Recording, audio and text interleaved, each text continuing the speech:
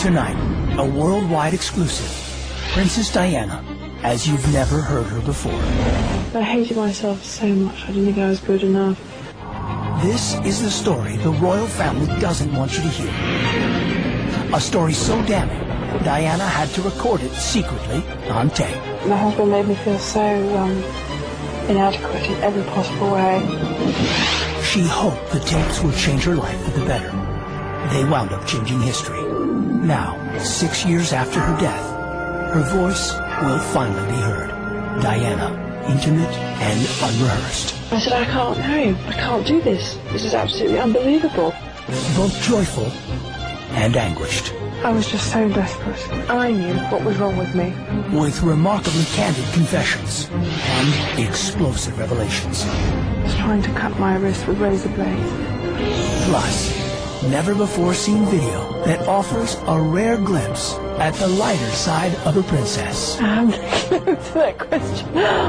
And exclusive interviews with Diana's closest friends, some talking for the first time. Tonight, an NBC special, Princess Diana, The Secret Tapes. Good evening, I'm Jane Pauley. The Princess of Wales lived her life in public. She couldn't hide from the press if she tried, and she did try. But the public's appetite for details about Diana's life was insatiable.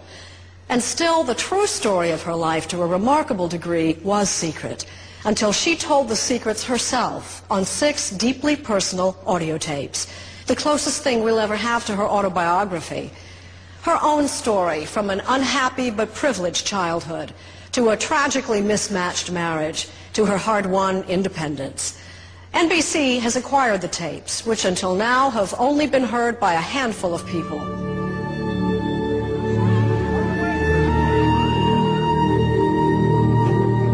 My own children. Oh, I'm just demented about them. There are poignant moments, especially when Diana talks about her sons, William and Harry. I hug my children to death. I get in bed with them at night and hug them, and I always say, who loves you most in the whole wide world? And they always say, Mommy. It's so important. But there is bitterness, too, and jaw-dropping honesty. You may have heard that Diana tried to commit suicide, but tonight you'll hear her describe it herself. Charles said I was crying wolf, and I said I just felt so desperate, and I was crying my eyes out. And he said, I'm not going to listen, you're always doing this to me. He said, I'm going riding now. So I threw myself down the stairs, bearing in mind I was carrying a child.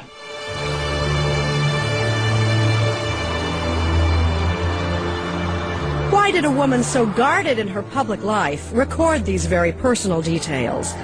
To understand the tapes, you have to go back to the beginning, when for all the world knew, Diana and Charles were planning a long and happy life together. For the royal family, as far as the journalists are concerned, you're on the outside looking in.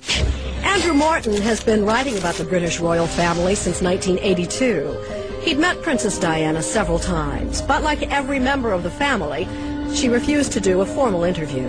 The whole idea of sitting down and talking to Diana was just, it was a fairy tale. You're in dreamland to think about that, because there was no access. I mean, the Queen has reigned for, near 50 years, and she's never once sat down and given an interview. When the royal family did appear, their press events were stiff, short, tightly controlled photo ops. Could you sit more closer, Peter? In that world, the tiniest tidbit, a new haircut, the name of a dress designer, qualified as a scoop. May we know the name of the dog, Your Majesty? Actually, the reporters who covered her had no idea what Diana was really going through at home. Unbeknownst to me and to the rest of the world, Diana was just at the end of her tether. Her husband was effectively living with another man's wife, Camilla Parker Bowles, and nobody had a clue about it. Only a few close friends knew about her torment. One of them was Dr. James Colthurst, a wealthy aristocrat who met Diana on a skiing trip when she was 17. Colthurst, speaking publicly about Diana for the first time, says she was tired of the charade and dying to talk to the press about the miserable state of her marriage. There can be a level where people can tolerate so much. The sense was that she wanted to shout from the rooftops. The consequences of a tell-all interview were potentially catastrophic. Buckingham Palace could dismiss her as a lunatic. The press could turn against her. Diana might gain her freedom, but as Colthurst repeatedly warned her, the cost could be unbearable. The monarch had control over Diana's children, something she was acutely aware of. They might try to label her as psychiatrically unsound, that she would then lose her 2 children. Colthurst urged her to tell her story through an intermediary. A book, he argued, would give Diana more control over how the story was told. She was going to say something anyway. That was going to happen. Whether that was going to be a loose cannon and an uncontrolled explosion, or whether it was going to be something which people subsequently could understand her well and therefore be sympathetic to her. The question was then, how could it be done? Colthurst did know one reporter he thought he could trust. Andrew Morton was working on an unauthorized biography of the princess when Colthurst arranged to meet him and offered him a chance to write the authorized kind. James kind of said, do you want an interview? I said, of course I do. Andrew phoned me one day and said, Mike, you're not going to believe this, and he was absolutely right. Morton took Colthurst to meet publisher Michael O'Mara, who had helped to promote the fairy tale version of the royal family in a series of best-selling picture books. O'Mara thought Colthurst was making the whole thing up. I took some of the books I previously published off my shelves and opened them on my desk and said, well, look at these pictures. This happy woman, smiling woman with the gorgeous kids. There she is with her husband. They're holding hands and smiling. I mean, look, these are the happiest people in the world. James said, that's the point. She's having to fake it. The 4 of them, princess, publisher, writer, and friend, started to hatch a plan. Morton would interview a few of Diana's closest friends so he could say the most personal information in the book came from them. As for the interview with Diana, she was being followed all the time by the paparazzi. If I was seen, then that would blow the whole cover. It was Mike's suggestion, as I remember it, that the only way to have an interview in a manageable form was to record the interview on a tape recorder. The only person who could do that was me. Morton would write interview questions, and Colthurst would ask them, recording Diana's answers on tape. No one would suspect him. He came to Kensington Palace to see Diana all the time. A simple enough plan, but the 4 co-conspirators would soon become anxious, even frightened. There would be secret meetings outside of London, scrambler phones, even an office break-in. And with all the precautions, not one of them predicted the explosive impact these tapes would have. One afternoon in May 1991, James Colthurst rode to Kensington Palace on a bicycle.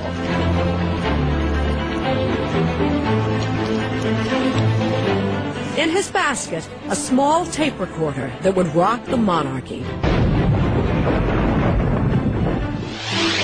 The guard passed Colthurst through, as he had many times before. Diana answered the door of her apartment in jeans and a T-shirt, ready to get to work. She howled with laughter, as she saw the little tape recorder, and then she clipped the mic on herself. It was 2:30 in the afternoon when Colthurst pressed the record button for the first time.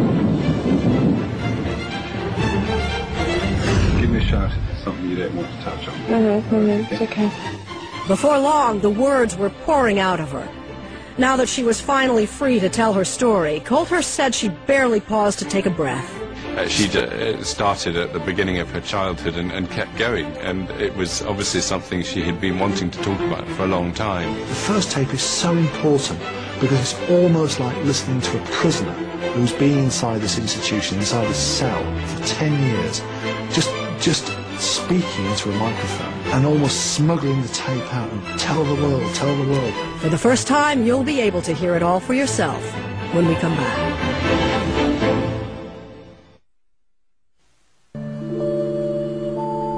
The stakes were high in May of '91 as a little tape recorder began to roll in Diana's living room. Her friend James Colthurst sat across from her in what would be the first of 6 recording sessions. This is a photograph he took of one of them. With a list of questions in hand, Colthurst started with her childhood. Any things that stand out, particularly in your childhood? No. I mean, it was a very unhappy childhood.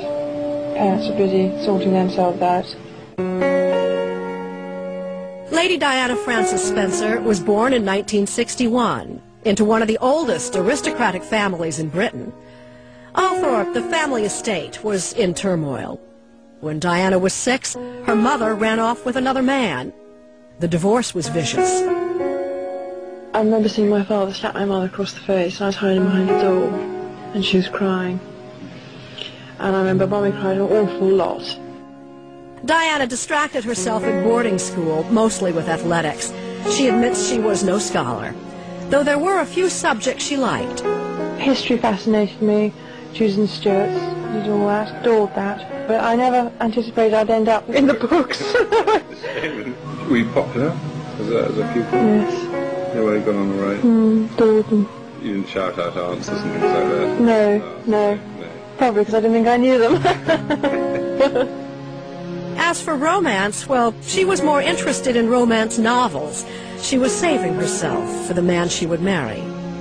All my friends had boyfriends, but not me, because I knew somehow I had to keep myself very tidy for whatever was coming my way. In November of 1977, when Diana was 16, a royal visitor arrived at Althorpe, and the house was abuzz. Her sister Sarah had brought a young man home, none other than Prince Charles. Royal biographer Penny Junor. In his late 20s, Prince Charles was a great catch. He was heir to the throne, he would be king, and he was a glamorous figure. He was regarded as an action man. He was always seen in one uniform or another, doing daring and dangerous things. But Sarah's little sister wasn't all that impressed. First impact was, God, what a sad man. He came with his Labrador, and my sister was all over him like a bad rash. I thought, God, he must really hate that. And I kept out of the way. I remember being fat, podgy, non-makeup, unsmart lady, but I made a lot of noise, and he liked that. Neither of the Spencer girls would hold the prince's interest for long. Charles was something of a playboy then, traveling the world, not exactly ready to settle down. Diana, meanwhile, moved to London to an expensive Kensington apartment she shared with a few girlfriends. She signed on to work as a kindergarten teacher. It was one of the happiest times in her life. It was nice being with fat with girls, and I loved that. It was great, laughed my head off there. But life was about to get complicated. Just after she turned 18, Diana met Prince Charles again at a friend's house. This time, the prince, now 30, and under great pressure to find a proper wife, took a more active interest in her. Her breeding was perfect, her status was perfect. He went out with all sorts of very glamorous and sophisticated women, and here was a woman, a girl, who was very fresh and naive and sweet and funny, and she flattered, and sweet and funny, and she flattered him. They began dating, and after 2 months, Charles invited Diana to join him for Scotland's Braemar Games. It would be her first royal event. She would stay at Balmoral Castle, an official residence of the Queen. Yeah, that's great. I was terrified. Well, I mean, I never stayed in Balmoral before, but wanted to get it right. That visit to Balmoral was a milestone for another reason. It's where the paparazzi first picked up the scent. Her life would never again be her own. The press began to follow her everywhere, even spying on her through her apartment windows. People did not understand. They had binoculars on me the whole time. They hired the opposite flat, looked into my bedroom. I cried like a baby in the four walls. I just couldn't cope with it. But the reporters refused to back off. Any announcement of your marriage in the near future, can you tell me? They knew Diana was the one. She knew it too. I'm not going to say anything, babe. Prince Charles did give us a hint himself. He said we wouldn't have to wait too long.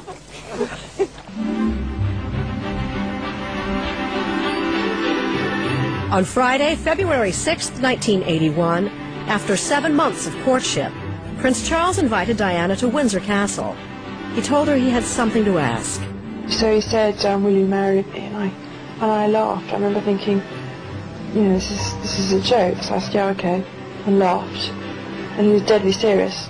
He said, you do realise just one day you'll be queen, and a voice said to me inside, you won't be queen, but you'll have a tough row. So I thought to myself, okay, so I said yes. The night before the official announcement, Diana said goodbye to her flatmates. Champagne flew pretty quick.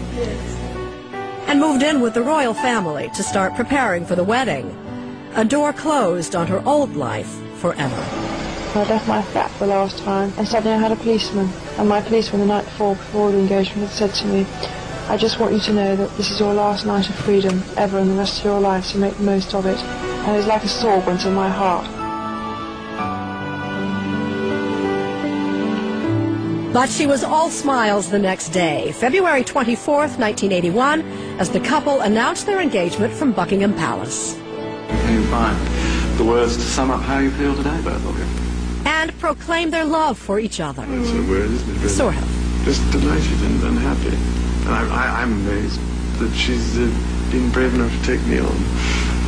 And I suppose in love. Of course. Whatever in love means. Whatever did he mean by that? Prince Charles has always been too honest for his own good. He does say the most unfortunate things at times. No one was more confused than Diana.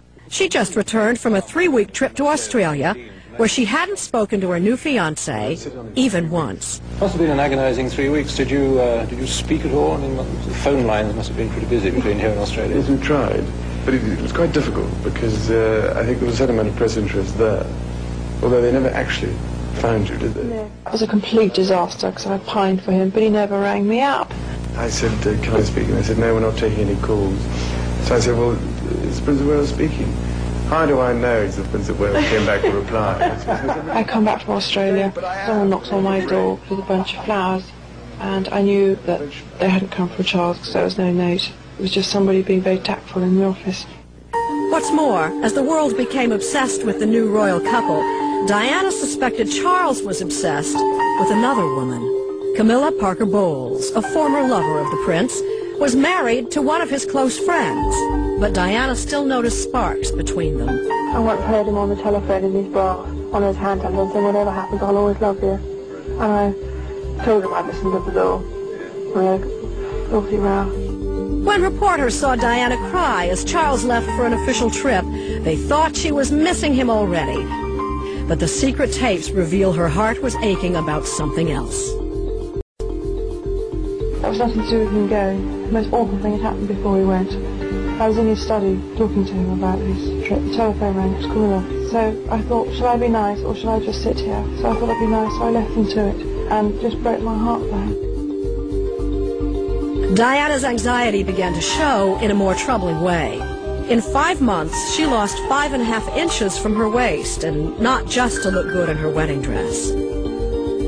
Bulimia started the week after we got engaged. My husband put his hand on my waistline and said, oh, a bit chubby here, aren't we? And that triggered off something in me. And I remember the first time I made myself sick, I was so thrilled, because I thought, right, this is the release, tension.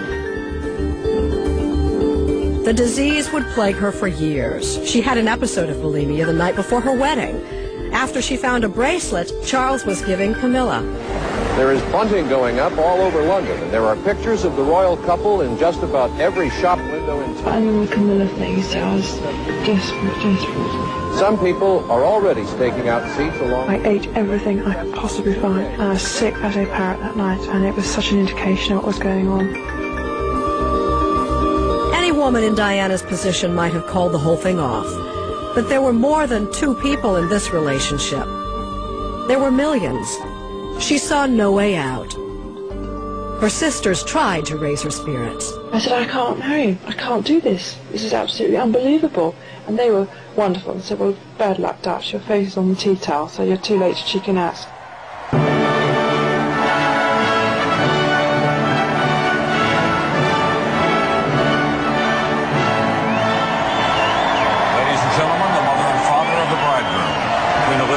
His Royal Highness the Prince of Wales, Prince Charles, heir to the throne of England.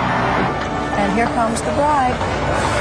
On the morning of July 29th, 1981, with trumpets blaring and a worldwide audience of more than 700 million savoring every detail, Diana emerged from her glass carriage, feeling like she was going to an execution. I was very, very deathly calm, deathly calm. I felt as I was a lamb to the slaughter, and I knew it, but I couldn't do anything about it. It was all pomp and spectacle.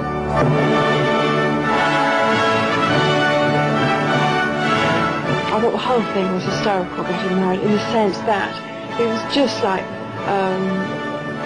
it was so grown up.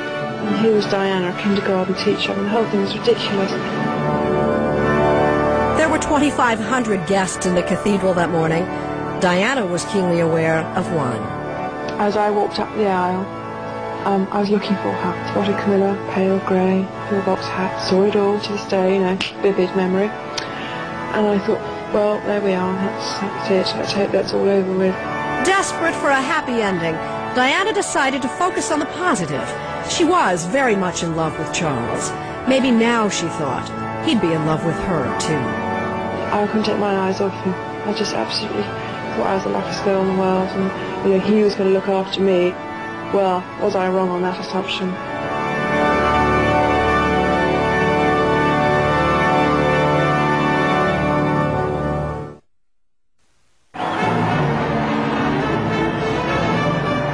After their wedding, the royal couple set out for Buckingham Palace. 1 million people, by some estimates, turned out to show their excitement for Diana. The new princess was awestruck. Got out on the balcony, overwhelming what we saw. So humble, making all these thousands and thousands of people happy. It was just wonderful. Former palace spokesman Dickie Arbiter remembered the single moment the crowd had been waiting for. It was almost a chant from the crowd. Kiss her, kiss her. And they did kiss on the balcony. Never been done before. But they did, and there was a tremendous roar from the crowd. But even in those first hours, those who knew Diana best were already worried about her future. It was an optimistic time, but I can also remember a sense of just wondering, how she'd manage in the system, and I think that was a shared feeling by many of us. Their wedding night was to be their first intimate night together. Diana said only that it was strange. Very strange. They spent part of their honeymoon on the royal yacht, Britannia, but romance hardly filled the air. For their private diversion, Charles brought the works of a South African philosopher. I just had tremendous hope in me, which was slashed by day 2. My husband took 8 Lawrence Vanderpost novels along on our honeymoon. Well, no, to read. So every lunchtime or dinner time, when we were allowed to be on our own, we were supposed to read them, but we were never on our own. And I remember crying my heart out on my honeymoon. I was so tired. For all the wrong reasons. Totally. Her husband's choice of reading material was the least of her worries. We were opening our diaries to discuss various things. Out comes 2 pictures of Camilla. And on our honeymoon, we have a white-tied in for President Sadat. Cufflinks arrive on his wrist, 2 C's entwined like the Chanel C. Oh, right. Got it in one, knew exactly. So I said, Camilla gave you those, didn't he? He said, yes. So what's wrong? They're present from a friend. And boy, did we have a row. Jealousy. Total jealousy. Even on her honeymoon, the new princess could not escape Camilla's shadow.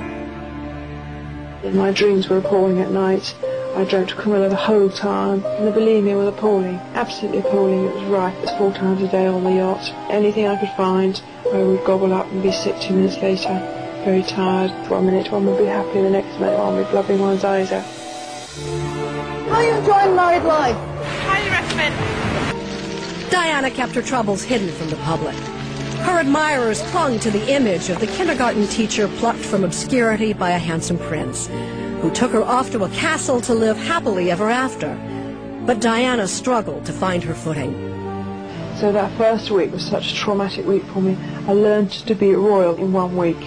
I was thrown into the deep end. Nobody ever helped me at all. They'd be there to criticise, but never be there to say well done. Diana fell back on what she knew best, to be herself. She had the common touch that could bridge the gap between the palace and the people. The public responded to her. It would be a long time before Diana understood why. People say to me, thank you for bringing happiness into my life. Thank you for coming. Thank you for making the effort. Thank you for being you. All those things I never used to believe. Engaging the public is one thing. Coping with the media, quite another. They demanded more and more. Ken Lennox made a career out of photographing Diana. Everything she did, every time she breathed in or out, they took a photograph. The whole world were focusing on me every day. I was in the front of the papers, and I thought this was just so appalling. I hadn't actually done anything specific like climb Everest or done something wonderful like that. In November of 1981, the palace announced that the princess was pregnant. Diana's struggle with her health proved doubly difficult. Sick the whole time, bulimia and morning sickness. People tried to put me on pills to stop me being sick. I refused to take the responsibility that if the child appeared handicapped, I wasn't going to take responsibility.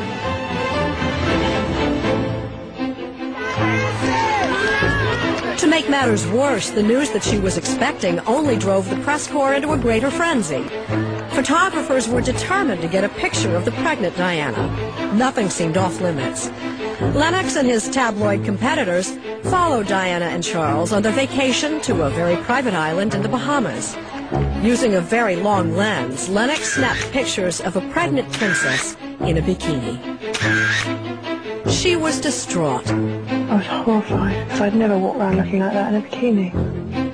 The Queen called it the blackest day in the history of British journalism. Overstepped the line, yeah. Oh, totally overstepped the line, by the standards of that time. Long after the episode, Lennox asked the princess whether she was prepared to spend the rest of her life coping with the press. Her answer was telling in its naivete. She said, "Oh, Mr. Lennox, Prince Andrew will get married and I'll be forgotten about. And there'll be a new woman on the scene." And I said, "I don't think that's going to be the case." In truth, Diana would be hounded by the press for the rest of her life.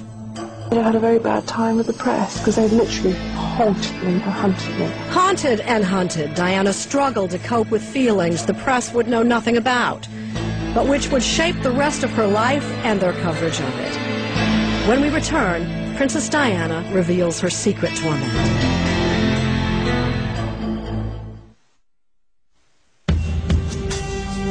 The life of a princess was turning out to be anything but a fairy tale, though few people knew how far from enchanted it was, until Diana made these tapes years later. Tapes heard tonight for the first time ever in public, revealing how deeply unhappy she had been. One minute I was nobody, and the next minute I was Princess of Wales, mother, media toy, member of his family, you name it. And it was just too much for one person at that time. The outgoing, fun-loving girl that caught Charles' eye and captivated the nation tried her best to keep up appearances, flashing that million-dollar red carpet smile. But behind closed doors, Diana said she was retreating into her shell. I didn't want to do anything on my own. I was too frightened. I mean, the thought of me doing anything on my own sent tremors. So I stuck with whatever Charles did, but the pace was phenomenal. It didn't get easier. I just got used to what people required from the Princess of Wales.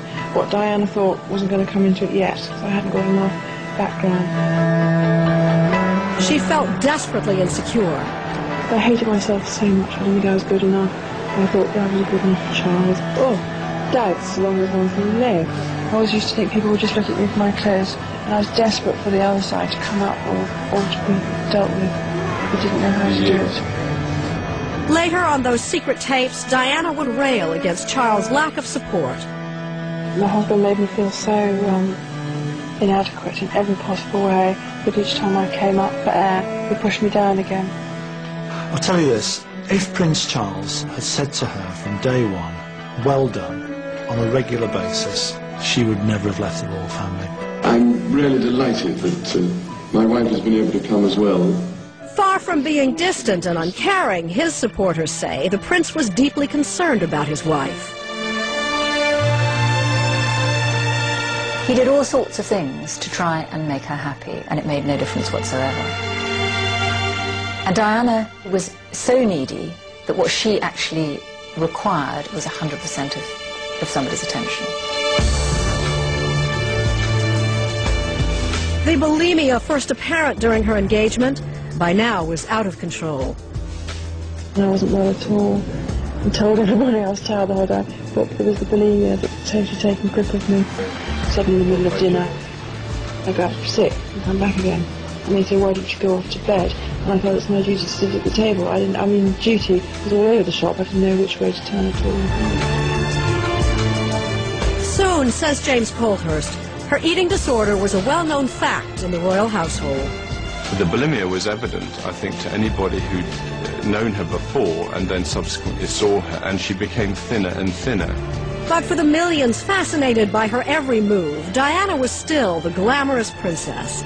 It was an irony not lost on Diana herself.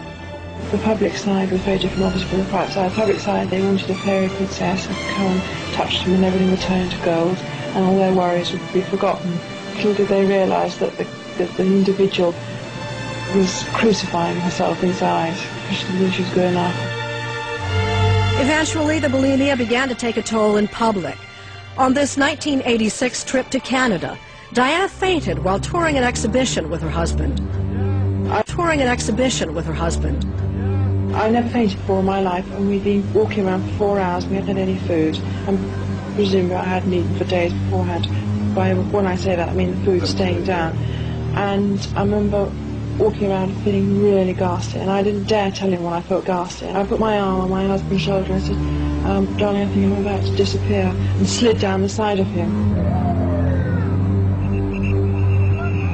The incident was quickly papered over as fatigue. Officials in Vancouver are blaming heat and fatigue for the fainting spell Princess Diana suffered. But the reaction behind the scenes was acid, Diana recalled. My husband told me off. He said I could have passed out quietly somewhere else behind a door. It was all very embarrassing. And inside me, I knew there was something wrong with me, but it was too immature to voice it. My wife is feeling much better now than she was earlier this afternoon. New Year's 1982. Just 5 months into their marriage, pregnant Diana was feeling wretched. Their relationship continued to unravel. She felt Charles was incapable of understanding her turmoil. She threatened to take her own life. Charles said I was crying wolf, and I said I just felt so desperate, and I was crying my eyes out. And he said, I'm not going to listen, you're always doing this to me. He said, I'm going riding now.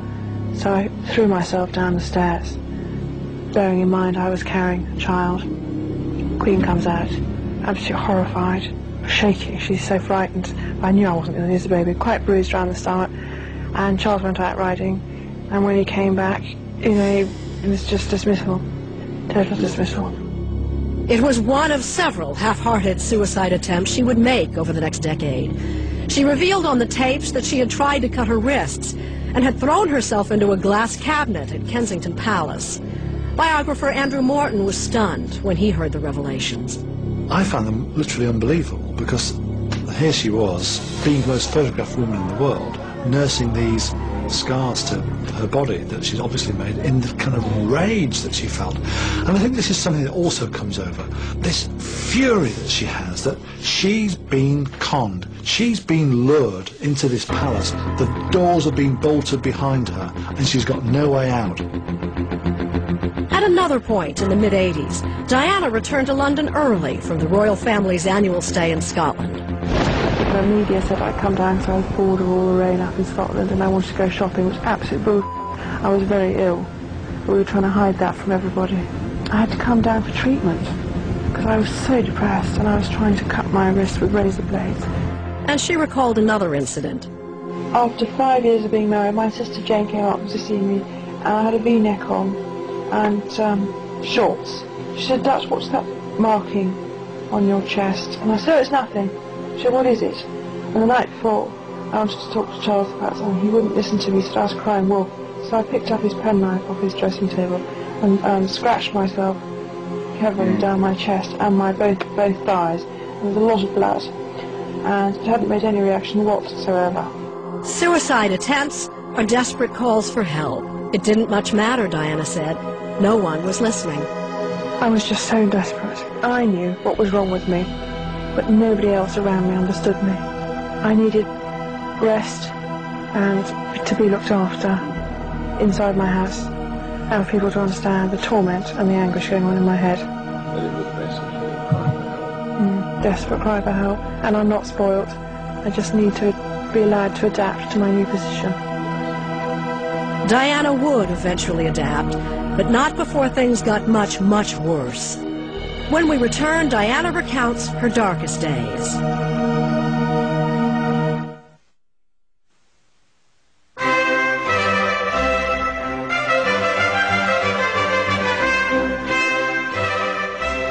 From outside the palace gates, spring 1982 appeared idyllic as the royal couple awaited their first child.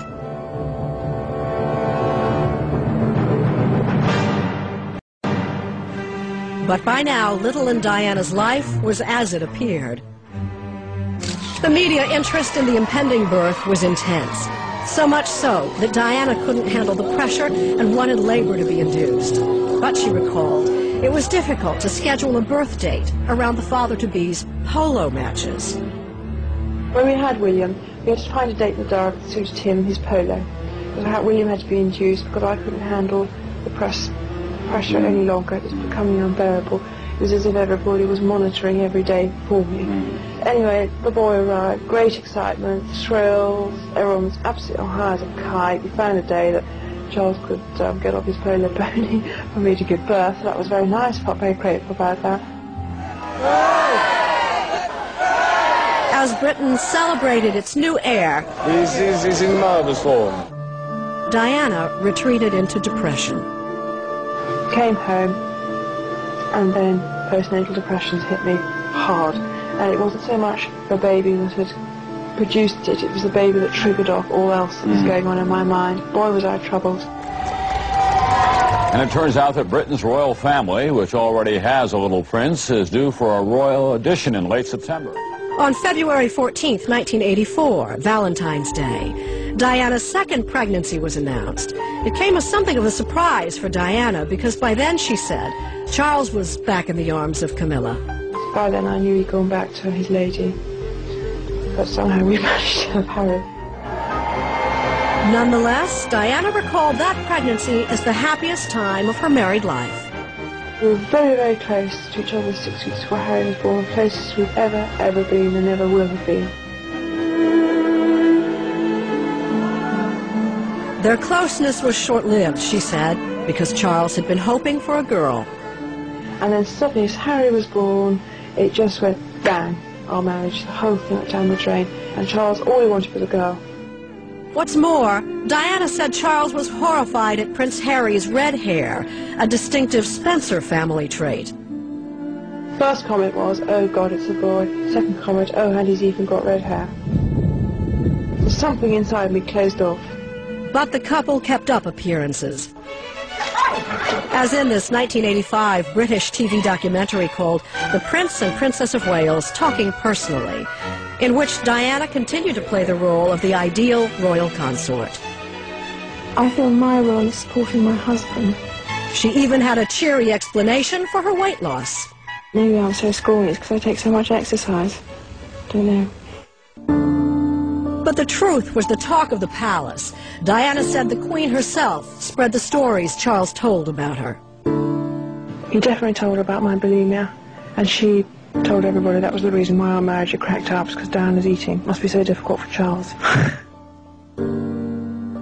Despite their joint public appearances in the late 80s, Charles and Diana lived separate lives.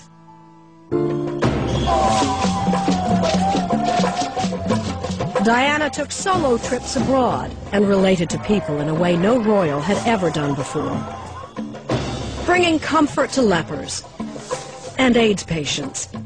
And this particular man was so ill, he started crying when I sat on his bed and held my hand. So I thought, right, Diana, do it. Go on, just do it. So I gave him an enormous hug, and it was just so touching as he clung to me and he cried, and it was wonderful. We made him laugh. It was a time of cruel contradiction for Diana. On the outside, adoring crowds and exciting work, while on the inside, she was isolated, depressed, and more desperate than ever. I've got what my mother's got. However bloody you're feeling, you can put on the most amazing show of happiness. What had happened during the 1980s was a parallel universe. That the world had lived in the fairy tale, Diana had lived in the nightmare, and she felt utterly powerless inside this system. powerless and bitterly jealous of Camilla, especially after Charles apparently stopped sleeping with his wife altogether after their 1987 royal trip to Portugal. Shop closed up very quickly after Portugal, and that was it. And whether that meant that Camilla would come back in a big vengeance, I have no idea. I have no proof. She talked about Camilla a great deal in one or two of the lighter discussions about Camilla, as she would say herself. You know, what she found difficult to understand is how on earth she was losing out to a girl who had, you know, bad teeth and smoking and had dandruff. Convinced she'd been cast aside by her husband for his old flame, in the mid-1980s, Diana herself turned to others for affection. In July 1986, Diana met James Hewitt at a party. She arranged for Hewitt to give her riding lessons, and more. Hewitt, to give him his due, helps to give her a sense of self-esteem, and it's the first proper relationship she has with a man roughly her own age. Hewitt would not be her only lover. And while Diana railed against her husband's paramour in these tapes, she never mentioned her own extramarital affairs at all.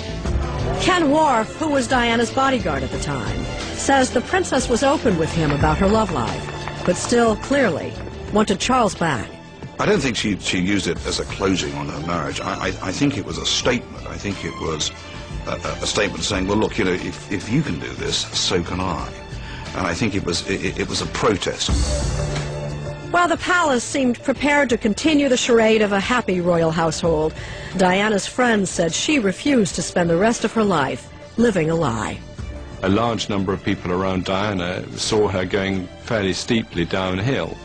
They all knew what was going on. It was hardly going to remain a secret for long. In fact, a climax was fast approaching. Diana was about to reveal her secret anguish to the world. I cried like I've never cried before. It was anger. It was 7 years of pent-up anger coming out. When we return, Diana's innermost thoughts are revealed, plus personal videotapes that offer a rare and candid glimpse at Diana inside her Kensington Palace home. If you come in here, you sit down and be quiet. You'll be very quiet. Very quiet.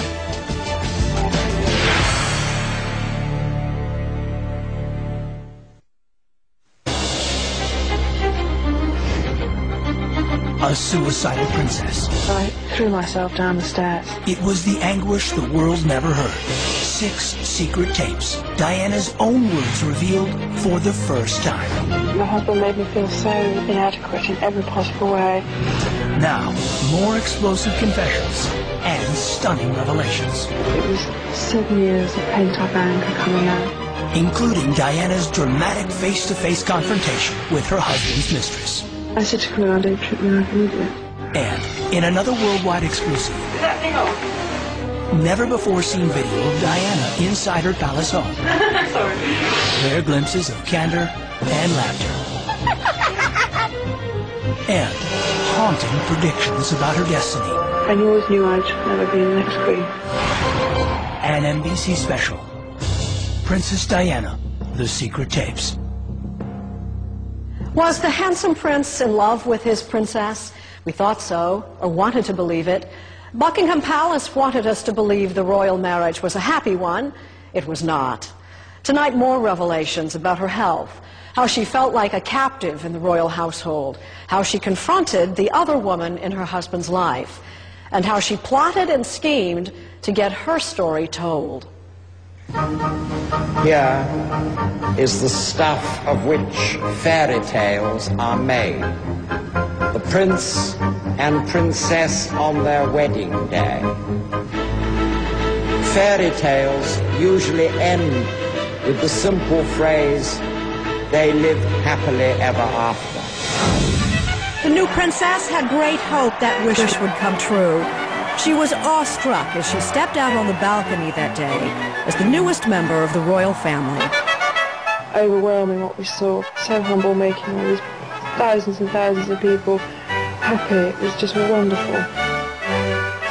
6 years before her death, Diana spoke about that moment and much more, recording her most intimate thoughts on 6 audio tapes which have been acquired by NBC and are being heard for the first time.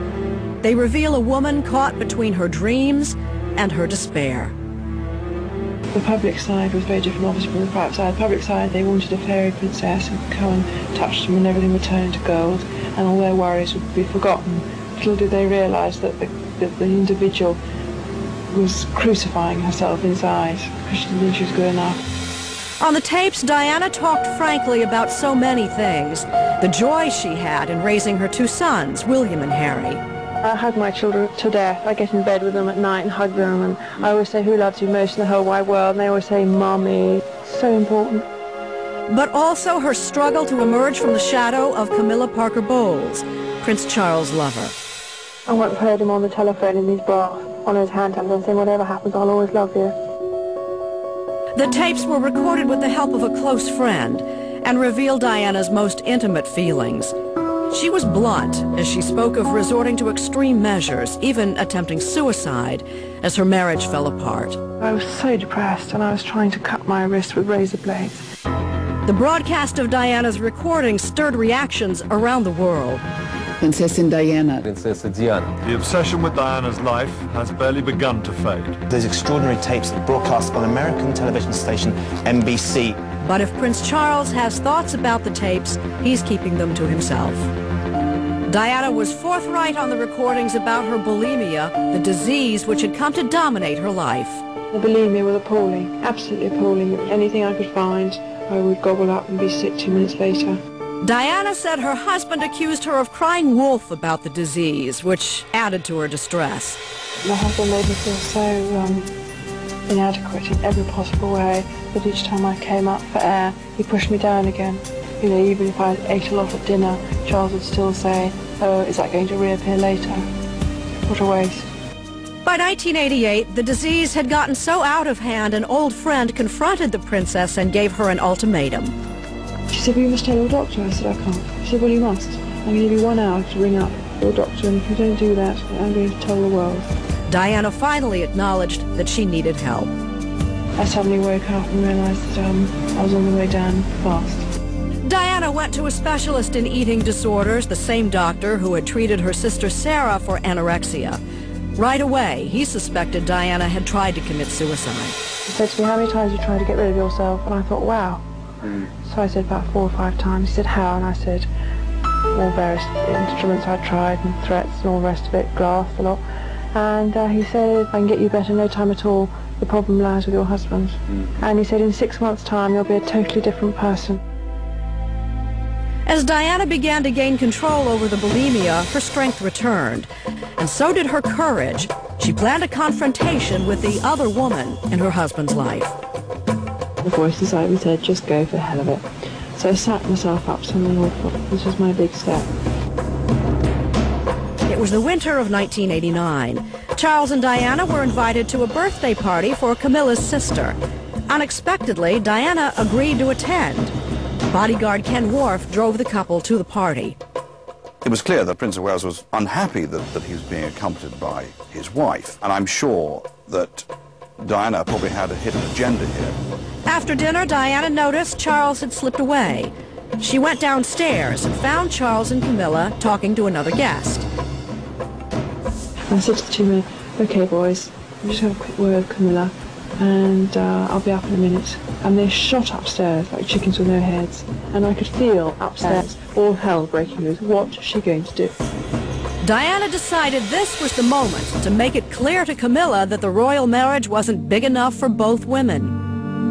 I was terrified of that, and I said, I know what's going on between you and Charles, and I just want you to know that. And she said to me, very interesting, she said to me, you've got everything you've ever wanted. You've got all the men in the world fall in love with you. And you've got 2 beautiful children, what more would you want? So I said, I want my husband. And I said to Camilla, I'm sorry I'm in the way, and it must be hell for both of you. But I didn't know what's going on, don't trip me up, I needed it. Tension was high as Wharf drove the royal couple home that night. I remember in the car that there was a debate between the two of them. Some of it seemed to be fairly hostile. And in the car on the way back, my husband was over me like a bad rash. And I cried like I've never cried before. And it was anger. It was 7 years of pent-up anger coming out. Diana called it one of the bravest moments of her entire 10 years of marriage. And the next morning I woke up and I felt different. Shift, tremendous shift. I'd done something, said what I felt, but there's still the old jealousy and the anger swirling around, but it wasn't so deathly as it had been before. And that was it, really. It was a big step for me.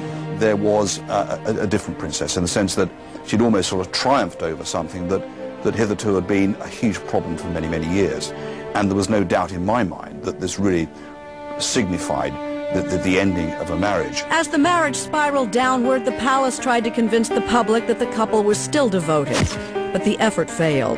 A case in point, a trip to the Taj Mahal, a symbol of enduring love. Charles had visited when he was single and vowed then to return with the woman he loved. But instead of going with his wife when the opportunity arose, he went off to a business meeting instead, leaving the princess to pose alone. For photographer Ken Lennox, the symbolism was inescapable. Here's Diana at one of the most romantic places in the world, sitting there on. And it was a sad photograph, and we saw more and more of these photographs. It was just before that trip to India that Diana had begun making her secret tapes. She could no longer maintain the charade and was now determined to tell the public the truth about her private anguish. It would be a risky move. And later, another set of secret tapes. I can't do this. It's ghastly. I've got no adrenaline. I'm dead. I can't get anything out. Diana captured on video as the world has never seen her.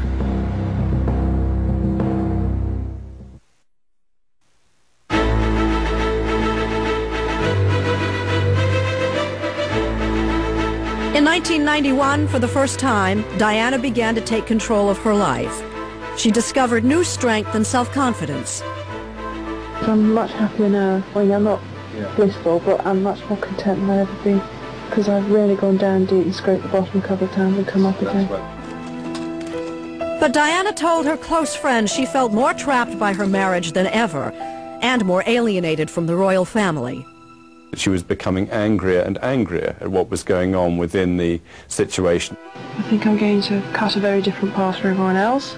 I'm going to break away from this setup. That's when Diana decided to make her boldest move yet and reveal her secret misery to the world. I think she was trying to make her case first before anybody else did it for her. Telling the kind of explosive story Diana had in mind would break every rule of royal conduct. She would have to remain anonymous, fearing the consequences.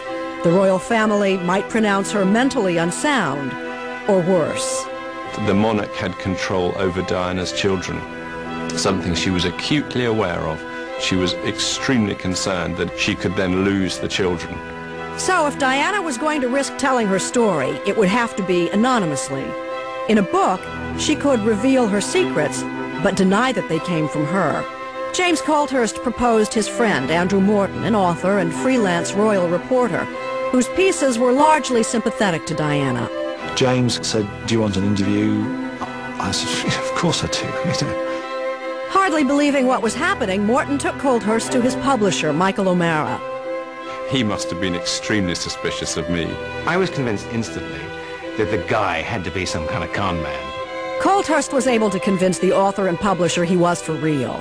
But they had to protect Diana, who was watched day and night by photographers and palace staff. So the three hatched a plan. Cheers.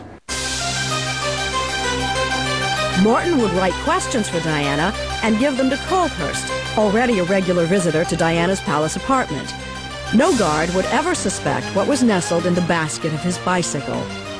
James would go into Kensington Palace with his tape recorder and the questions. Straightforward questions about her childhood, her teenage years, the honeymoon, the romance. She took the sheets of questions, clipped the mic on and settled down and answered away. Is this all right? Yeah, it's fine. It's excellent. Perfect. Yeah, it's great. Very relaxed, a lot of laughter. If Diana's mood was light-hearted, almost innocent, then her accomplices also had no clue about the gravity of their undertaking. Until they heard Diana's voice on tape. My husband made me feel so inadequate in every possible way. I threw myself down the stairs. I was just so desperate. My heart nearly stopped beating on the spot. Whoa, it was just amazing stuff. It was just mind-blowing. That fall, Colthurst pedaled his bike in and out of Kensington Palace, taking in blank audio tapes. I felt I was a lamb to the slaughter. And bringing out stunning new revelations to a wide-eyed author and publisher. I couldn't believe how cold and how I thought one thing, but actually another thing was going on. The lies, the deceit. She was actually dishing the dirt on the core of the royal family. This was ultimately an extremely anti-Windsor, anti-royal family book. In fact, Diana's revelations were so damning, O'Mara feared what might happen if the book-writing scheme was uncovered. With the main source of the scandal denying any participation, the author might end up in court. I remember going to the lawyers, and, you know, the lawyer was a top-level lawyer, and he said, who's the court going to believe, Mr. Morton, you or the Queen? So we knew that it had to be right. But it had to be right for Diana. So Colthurst delivered chapters, the princess scrutinizing every word and editing the manuscript with her distinctive handwriting. Like this line, which she corrected to tell of her early love for Charles. I think it was a shock to her when she saw it written down on paper. It got all kind of serious then, yeah? Taking extra precautions, the accomplices used code names, payphones, even scrambler phones, and met in the back rooms of out-of-the-way restaurants. I had my office swept for bugs. Diana had her offices swept for bugs. Were they simply paranoid? It didn't appear so when Morton's office was broken into and ransacked. So for nearly 6 months, with every new chapter, the conspirators became more frightened. And it was just like a movie. You know, you're looking around, you're thinking you might be followed, and you get on the subway, and I'm thinking, you know, is somebody watching me? I was always worried if I fell off the bicycle or something and somebody then listened to the tape and realised what they had in their hand. It was a little bit like having a ticking bomb. The bomb nearly went off too soon. Riding through the centre of London, Colthurst hit a pothole, sending the manuscript flying. This manuscript started to spread across the road right outside the House of Commons. I rescued all the papers and shoved them quickly back into the box. I got away with it, so that really woke me up. So as the publication date neared, suspense built to a frenzy. Sensational excerpts of the book would first be released in a national newspaper. I can remember feeling extremely anxious about what was about to happen. In a handwritten note to Colthurst, Diana declared the conspirators were preparing for the volcano to erupt. I don't think any of the conspirators really fully understood how many megatons this explosion was going to be. But there was no turning back. The presses started to roll, and Diana's story was about to rock the nation. Coming up later, intimate, unguarded. Linda, I'm just knackered, right? Secret videotapes of the princess at the palace.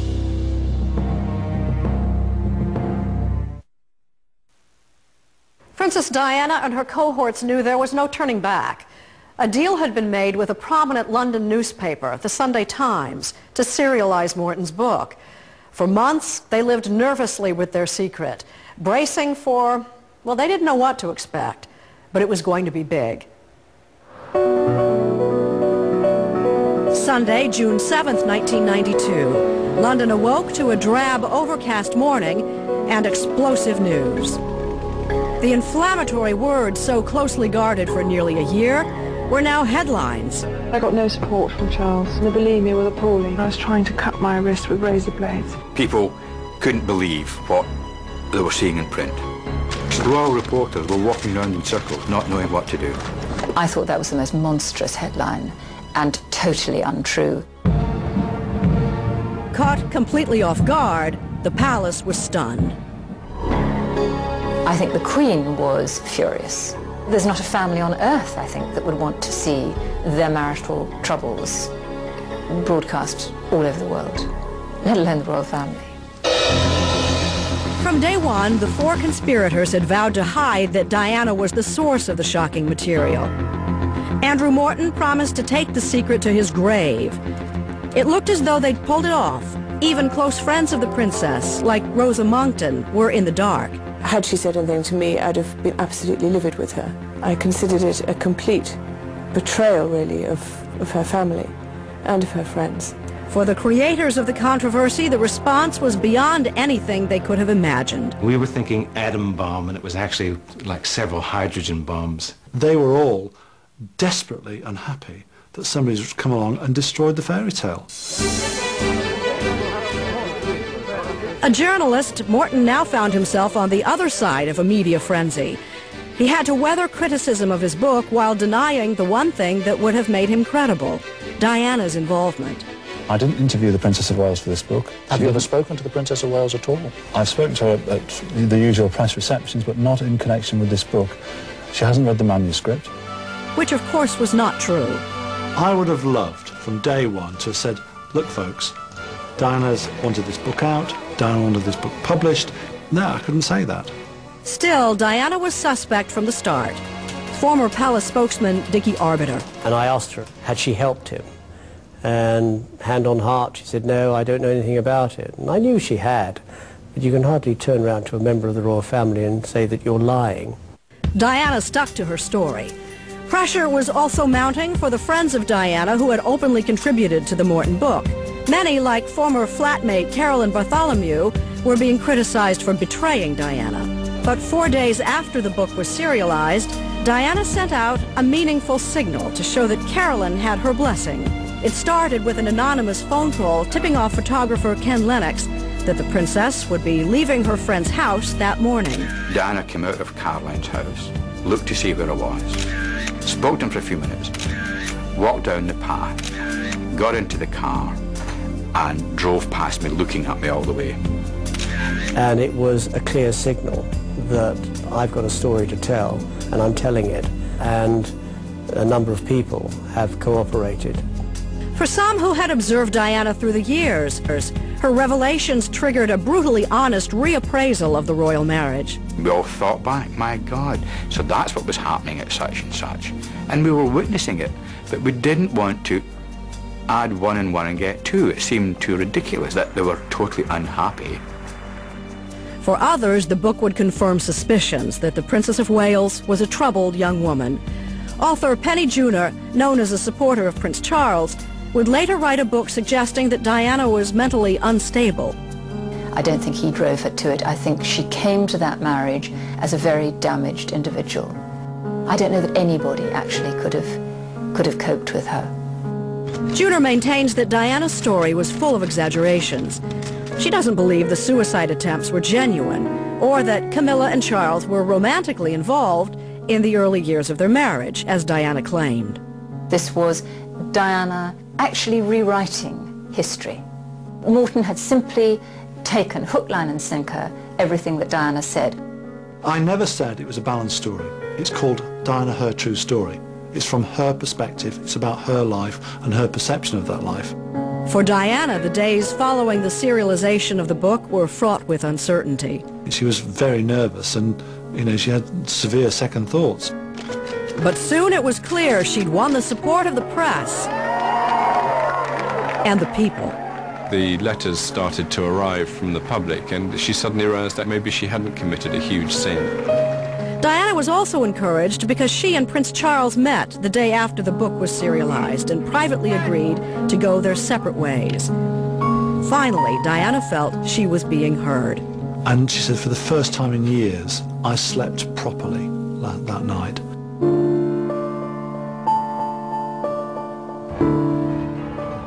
But the Queen rejected the idea of a formal separation, insisting instead on a 6-month cooling-off period. Diana would be expected to stay with Charles and present a unified front. But when the couple traveled to South Korea that fall, their estrangement was painfully obvious. And I remember standing at the airport and the two of them appeared. I thought, oh God, we've lost it.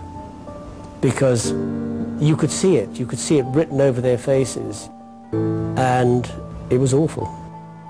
Because the media saw it. And the media knew exactly what they were going to do. But the book had changed the rules. After Diana let her secrets get out, anything was fair game, including lurid material more befitting a pulp novel. Which of them appeared An intercepted phone conversation between Diana and a man named James Gilby was made public. Diana was heard maligning her husband. It's so difficult, so complicated. He makes my life real torture, I've decided.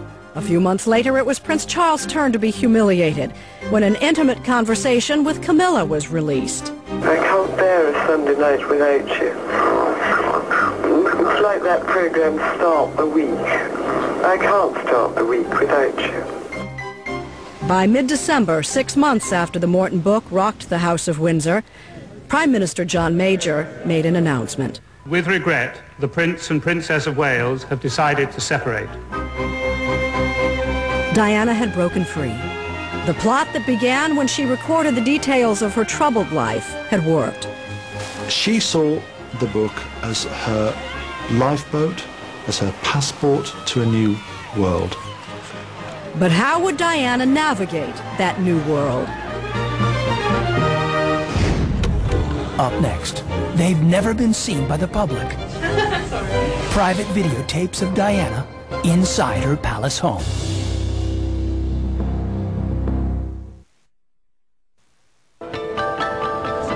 If I was able to write my own script, I would say that I would hope that my husband would go away with his lady and sort that out and leave me and the children to carry the Wales name. She didn't need a partner anymore. I can do this job so much better on my own. Diana didn't intend to fade into the background. She had ambitions to step into a new public role. As a newly separated princess, she'd have to invent it. Is that thing on? Right. Go back to the top now. Diana sought the expertise of speech coach and actor Peter Sutherland. By the time I came to work with Diana, I was very aware that this woman needed to have her real voice come out. A key question. What? Come on, get angry with me, yeah? Is why do some people become addicted to all... Sutherland shot this videotape during coaching sessions with Diana to make her a more effective speaker. Go on. How do we stop people taking to addiction? Really talk to me. Taking to addiction or dependence. It's never before been broadcast. Slightly faster now. Let's move on, yes. A rare glimpse of the princess in her own apartment, relaxed, Okay. playful, hello. Because suddenly... when her guard is down. Sutherland encouraged Diana to connect with her audience. Thank you all. Start it again, take your time, look at me first, and you're the star. Okay, stop it. Thank you all. Thank you all. Yeah. Very much. Sometimes mistakes got the best of her. Yeah. Before we recognise alcoholism as a disease in the forms of incapacity for the almost incomprehensible. Incomprehensible. If in doubt, hit it harder. An insidious fear. Insidious fear, yes. Insidious fear. Insidious. Insidious fear. An extreme evil. That's it. Surfaces in people who may previously have seemed unpleasant. Yeah. Oh, pleasant. Sorry. But she kept at it. The more changes there are, the more threatened we feel. Right, now carry on like that, yes. Those who become ensnared in addiction are often highly sensitive and creative people. After a while, she was just too tired to focus. Close your eyes before you start the next page. Close your eyes. I can't do many more of these pages. I see it cross-eyed. Well, you can't see it. All right, go back to the... You can go back on... We can do No, it. no. Don't have to do a new one. No, I'm just knackered, right? Sutherland reminded Diana that their work had a purpose. I'm not manufacturing you. I'm just bringing out that bit of you that wants a voice, which is the 30-year-old woman, 31-year-old woman, who has something important to say. Given her break from the royal family, Sutherland foresaw a time when Diana might also break from royal tradition and do something unprecedented, a televised interview. So he prepared her with mock sessions. You don't look at the camera. You wander your eyes around a little bit, but you don't go all over the place because we wonder where you're looking. Diana found it hard to concentrate in front of an uninvited audience. Can I watch this? Oh. If you come in here, you sit down and be quiet. Got to be very quiet. Very quiet. William and Harry were then 11 and 9. Don't touch it, William, because it's all focused on me. Okay, let's do it. Let's pretend, right? Okay, so Your Royal Highness, you're currently concentrating very much on your charity work. Would you like to tell us why you feel it's so important to you? I got nothing else to do. She's awful. How's the recording? Sorry. Take 2. There, yes, I come across Harry, shush. I come across a great deal of people who.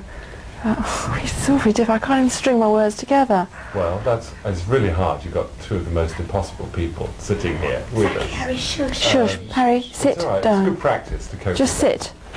Just sit. Sutherland urged Diana to articulate her goals. What would you want to be if you weren't who you are? If you weren't the Princess of Wales? I'd like to have a role which brought me into contact with everyday life and the man on the street. Does that sound condescending? You can elaborate that a bit more. So let's, okay, so picture it a bit more as a role. Yes, if you weren't the Princess of Wales, what kind of job would you like to be doing? Well, I'd like to be in a position where I could listen to people and maybe share knowledge on some sort, like counselling or something. So counselling you found interesting. I mean, yes. You talk to a lot of people. I enjoy enormously talking one-to-one to people. Yes. Right, and I mean, you're doing this frequently. What particular aspect of that do you like the most?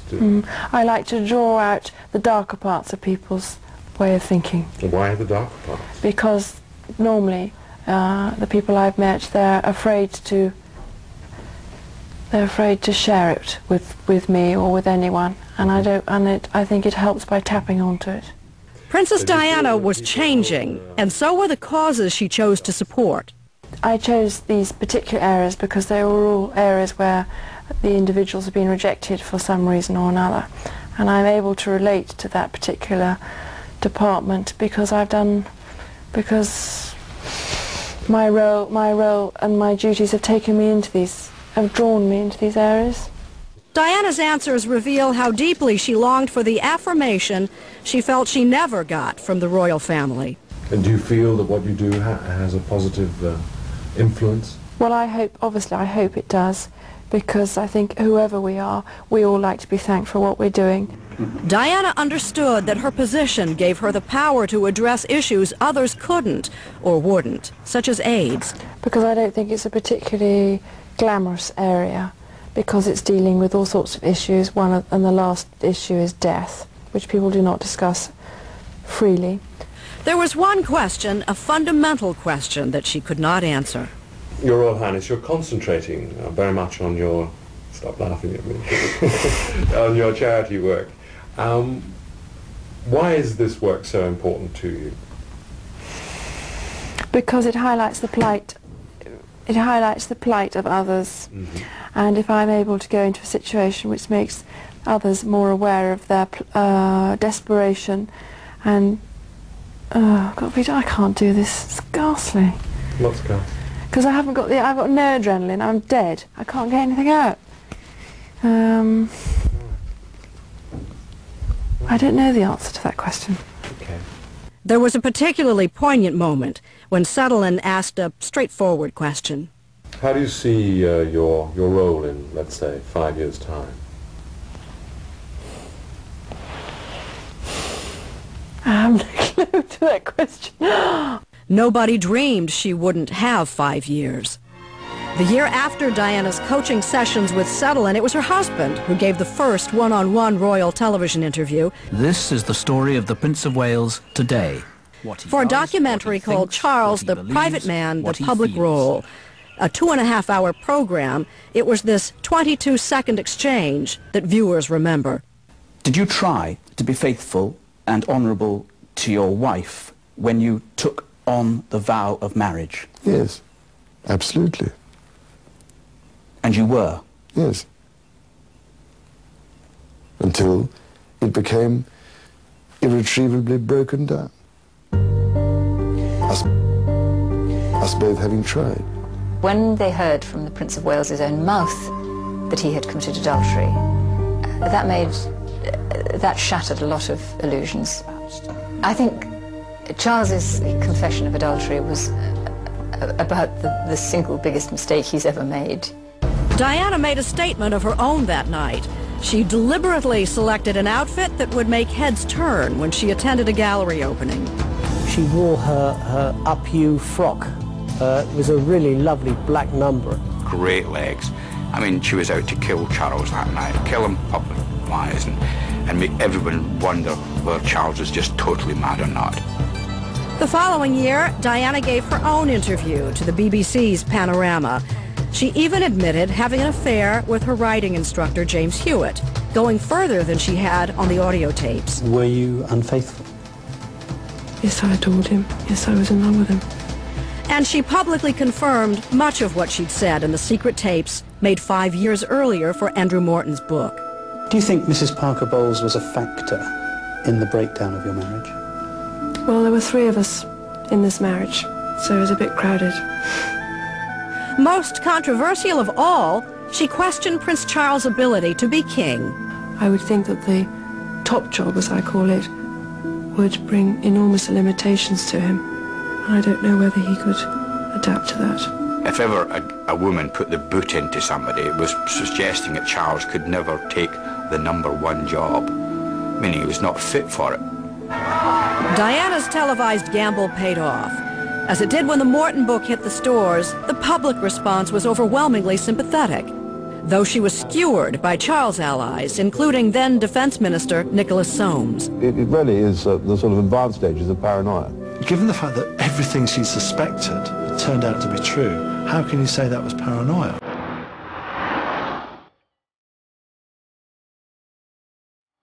The Queen had had enough. A month after the broadcast, she urged Charles and Diana to divorce. In August of 1996, the marriage between the Prince and the Princess of Wales was officially dissolved. A chapter in her life had closed. As Diana told James Colthurst 5 years earlier, she had expected it. I think from day one, I always knew I'd never be the next queen. Put it that way. No one said that to me. I just knew it. When we return, the deadly crash beneath the streets of Paris. The media were not responsible for Diana's death. Did Diana predict her own tragic end? Diana talks about her destiny.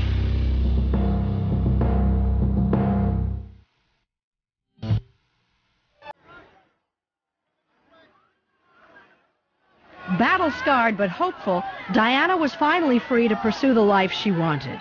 And it would include the romance and affection she craved. I had so many dreams as a young girl, hopes that my husband would look after me, he'd be like a father figure, he'd support me, encourage me, say well done, but I didn't get any of that. So when 1 year after her divorce, a handsome millionaire named Dodi Fayed began to shower her with charm, gifts, and attention, the princess was receptive. Diana had spent most of her life trying to dodge the press, but now she made a point of showing how happy she finally was by orchestrating a photo op on the deck of Dodi's yacht. The Dodi picture on the boat with the case and so on, I mean, that was a telephone call between the photographer and Dodi. And Diana. It was all being managed. But Diana's relationship with the press had always been complicated. She used them, they used her, and it was a dangerous game.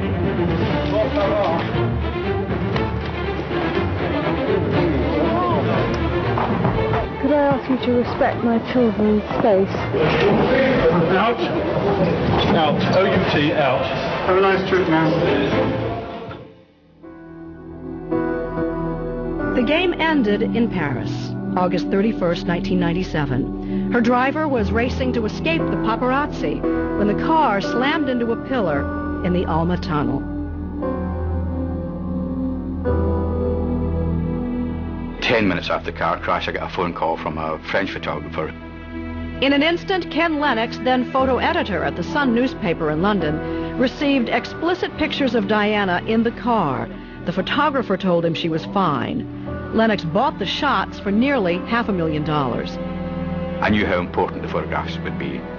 Diana looked dazed, and she had a little trickle of blood coming from her ear and a little from her nose, and didn't look badly injured.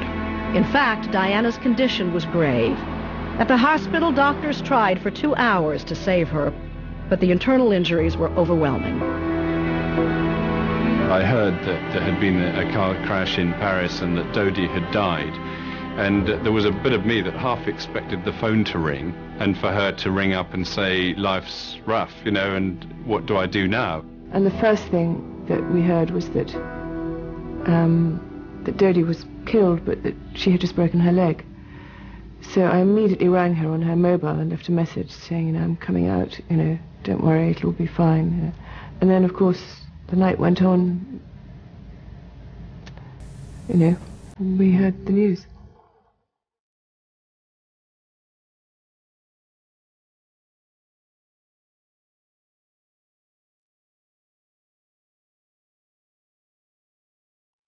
At the age of 36, Diana, Princess of Wales, the people's princess, was dead. She was almost like a sort of distant relative. Ken Lennox had taken some of the very first photos of Diana. In his hands, he now had the last.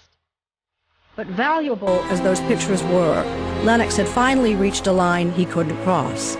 He never published them. I felt miserable. I felt like I had lost somebody that I cared for. He was a girl who had been a big part of my life. I'd spent months with her at a time. I'd traveled the world following her. And it wasn't until the picture of the coffin, draped with Prince Charles's standard coming out, that I just looked at that picture, my God, she is dead.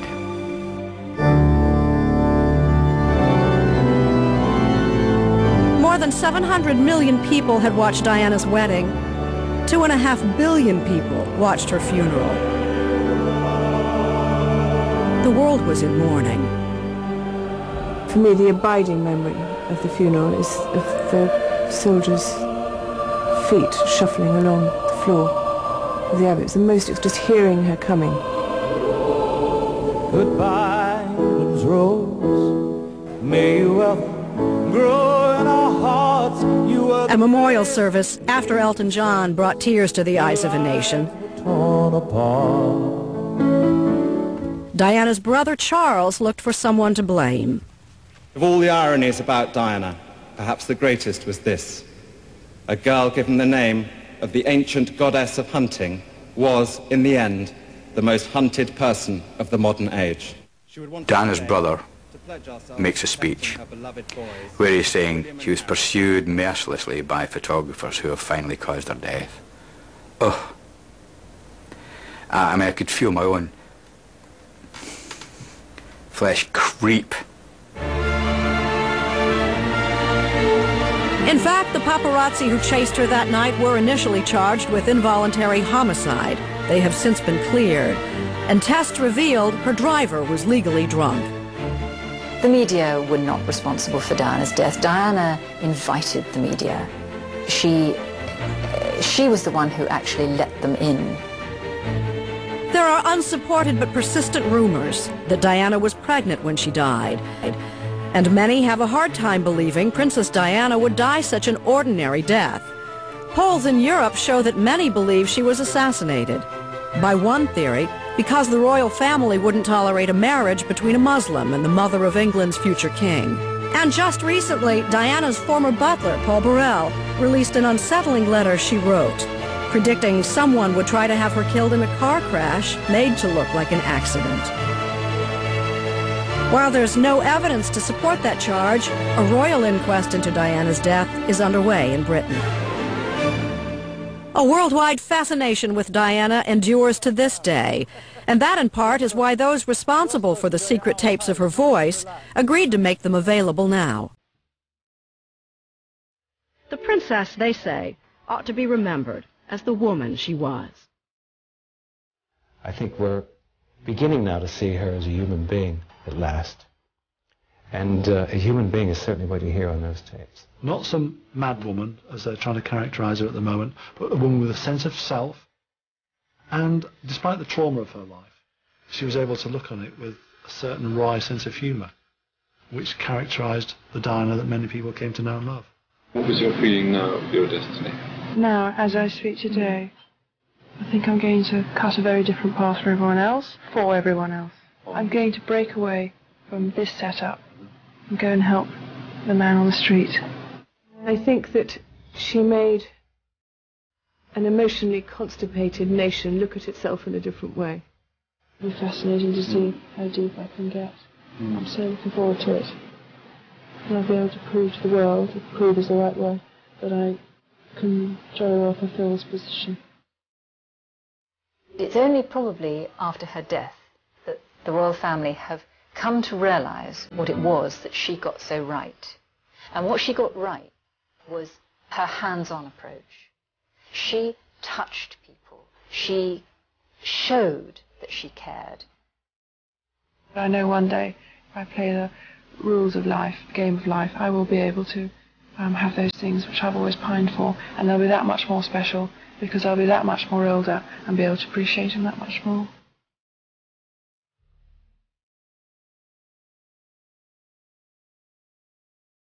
Princess Diana recorded her story when her life was in crisis. Her common touch would endear her to the public. Now, when it seemed no one in her life would listen or care, she reached out to the public for help, hoping that their understanding would bring her private torment to an end. It was risky. It was revealing. But she put her faith in the people who seemed to care for her the most. Tonight, you've had a chance to listen, to hear the humanity in her voice, her sorrow, her turmoil, and even her laughter. She wanted her story told. In the end, she told it best herself.